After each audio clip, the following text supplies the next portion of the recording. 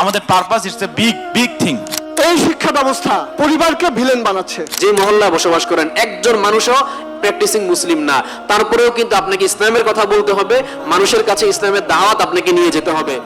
এই উক্তির সাথে তো আসলে একমত না, কারণ লাইফ ইজ আ রেস। আমি রেসে জিতলে আমার কি পাবো? আমি যে সমস্ত পুরুষরা আপনাদের মুখের উপরে সিগারেটে ফুক দিতে দিতে আপনাকে আই লাভ ইউ বলে, আমি আল্লাহর কসম করে বলতেছি এরা কোনদিন আপনার দায়িত্ব নিবে না।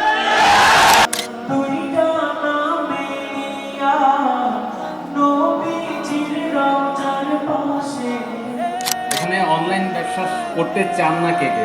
সিসি ক্যামেরা আছে দুইটা পাশে, সো যা ইচ্ছা তাই করতে পারবেন না। তিনটা বড় প্রবলেম, তিনটা বড় অবসর। এর মধ্যে একটা হচ্ছে আপনার সময়ের অবসর।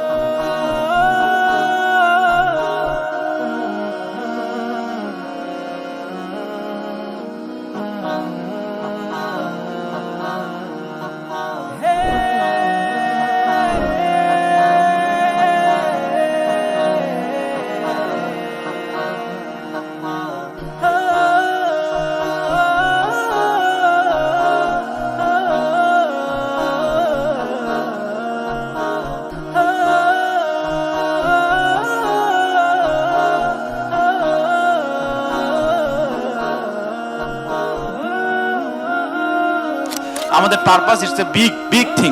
আল্লাহ আযজা ওয়াজাল কুরআনুল কারীমে বলছেন যে আল্লাযী খালাকাল মাউতা ওয়াল হায়াতা লিয়াবলুয়াকুম আইয়ুকুম আহসানু আমালা। আল্লাহ জীবন এবং মৃত্যু সৃষ্টি করেছেন পরীক্ষা করার জন্য যে কে ভালো কাজের দিক থেকে উত্তম। সুবহানাল্লাহ। অ্যাকচুয়ালি কমিউনিকেশন পাস করা, ইনফরমেশন পাস করা, এন্টারটেইনমেন্ট পাস করা, লাইফের গোল কি হবে সেগুলো পাস করা, আইডিওলজি পাস করা, এগুলো মেইনলি মিডিয়ার ভিতরে অন্তর্গত। জ্ঞান অর্জন করতে হবে অবশ্যই। কোন উলামা কেরামের সুহবত থেকে আপনারা জ্ঞান অর্জনে লিপ্ত থাকেন, জ্ঞান অর্জন করেন এবং তার প্রেক্ষিতে সেটাকে স্প্রেড করেন। তারা যে শিক্ষা থেকে এই জজবাটা পাইছে সেই শিক্ষাটা আমাদের শিক্ষা ব্যবস্থায় অনুপস্থিত, যার কারণে পরীক্ষায় রেজাল্ট খারাপ করলে আমাদের বাচ্চারা আত্মহত্যা করে। এই শিক্ষা ব্যবস্থা পরিবারকে ভিলেন বানাচ্ছে। নবীজি সাল্লাল্লাহু আলাইহি সাল্লামের কাছে আসলেন, বলেন যে 1 বছর আমাদের লাত উজ্জার ইবাদত করা হবে, 1 বছর তোমার আল্লাহর ইবাদত করা হবে। রাসূল সাল্লাল্লাহু আলাইহি ওয়াসাল্লাম মানছেন? রাসূল সাল্লাল্লাহু আলাইহি ওয়াসাল্লাম মানেন নাই।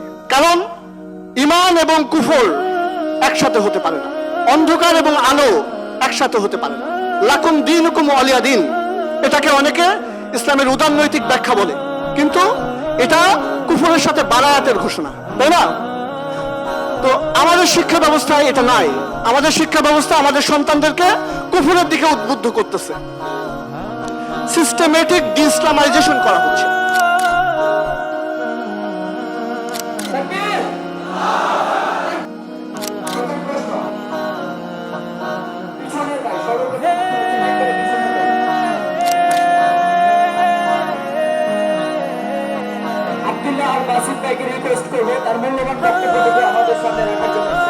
হতে পারে যে আপনার পরিবারের কেউ প্র্যাকটিসিং মুসলিম না, এমনকি আপনার 14 গোষ্ঠীরও কেউ প্র্যাকটিসিং মুসলিম না। হতে পারে আপনি যে বিল্ডিং এ থাকেন সেই বিল্ডিং এর একজন মানুষও প্র্যাকটিসিং মুসলিম না। আপনি যে সমাজে বসবাস করেন, যে মহল্লায় বসবাস করেন একজন মানুষও প্র্যাকটিসিং মুসলিম না, তারপরেও কিন্তু আপনাকে ইসলামের কথা বলতে হবে, মানুষের কাছে ইসলামের দাওয়াত আপনাকে নিয়ে যেতে হবে।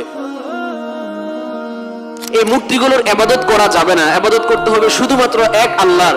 এই মেসেজ তিনি জনে জনে পৌঁছে দিয়েছিলেন।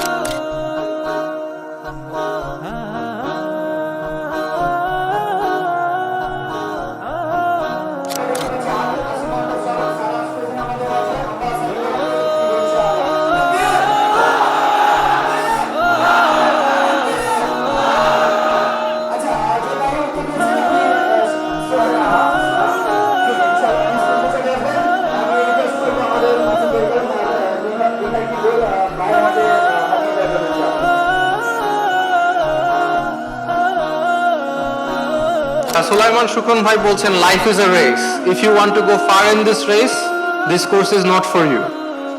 পরে আমি আর কোর্সটা করি নাই। With due respect to Sulaiman ভাই, বিষয় হচ্ছে লাইফ ইজ আ রেস। এই উক্তির সাথে তো আসলে একমত না, কারণ লাইফ ইজ আ রেস, আমি রেসে জিতলে আমার কি পাবো আমি?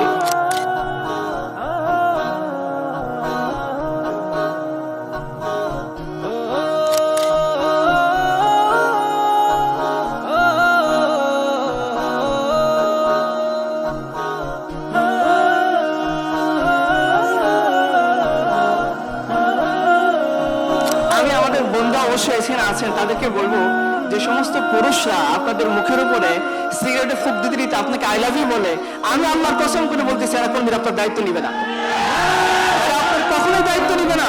যদি দায়িত্ব নিত, ওই লোক 4টা বিয়ে করে 4টা মেয়ের দায়িত্ব নিত, সে আপনাকে নিয়ে পার্কের চুপায় চাপে ঘুরতো না, কোনো রিসর্ট খুঁজে বেড়াইতো না, সে দূর একটা বাসা ভাড়া নিয়ে হলেও আপনাকে ইসলামিক নিয়ম অনুসারে মুরব্বীদেরকে সাক্ষী রেখে পিতামাতাকে সামনে রেখে আপনার দায়িত্ব নিত এবং আরো আপনাকে দেখভাল করতো।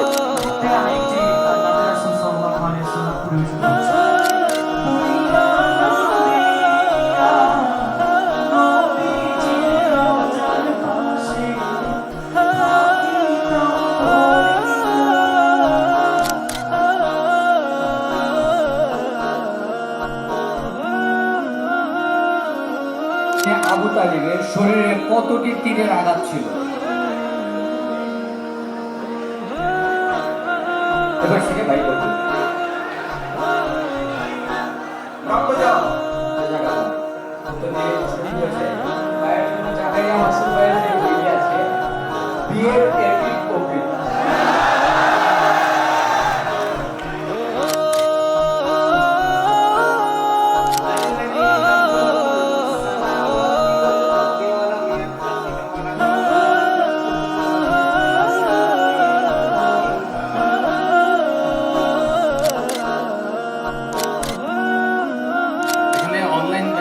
করতে চান না কে কে? আজকে আমরা আমাদের পরিচয় ভুলে গেছি। আজকে যদি উনি আমার একজন আলেমের কথা খুব মনে পড়ে, উনি বলছে 37,000 আহত, 17,000 নিহত এবং লক্ষাধিক শিশু, যেহেতু যদি আপনাদের ইমানকে জাগাইতে না পারে, আমার খুতবা কোনদিন আপনাদেরকে জাগাইতে পারবেন। চলেন নামাজে যাই। দেখতেছে একজন নাকি সিসি ক্যামেরা আছে 2টা পাশে, সো যা ইচ্ছা তাই করতে পারবেন না। আপনি একজন স্বামী হিসেবে কেমন, একজন বাবা হিসেবে কেমন, একজন অফিসের একজন স্টাফ হিসেবে কেমন, একজন বস হিসেবে কেমন, চায়ের দোকানে চা খেতে গেছেন, সেই যে চায়ের দোকানে ছোট্ট পিচ্চিটা তার সাথে আপনি কেমন, এই প্রত্যেকটা জায়গায় আমাদের একমাত্র রোল মডেল মুহাম্মদুর রাসূলুল্লাহ সাল্লাল্লাহু আলাইহি ওয়াসাল্লাম। সুতরাং আল্লাহ রাব্বুল আলামিন যেভাবে চেয়েছেন ওইভাবে আমাকে জীবন কাটাতে হবে।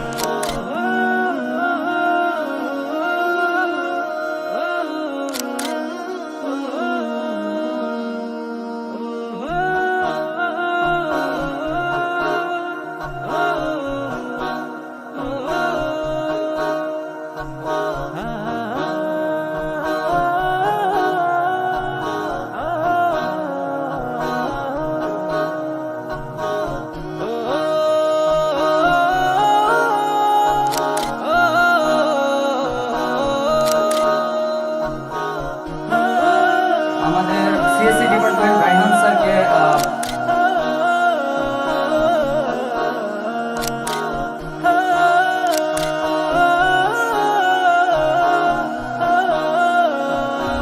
আমরা নর্দার্ন ইউনিভার্সিটি বাংলাদেশকে আন্তরিক ধন্যবাদ এবং কৃতজ্ঞতা প্রকাশ করছি আমাদের এত সুন্দর সহযোগিতা এবং সমর্থন করার জন্য।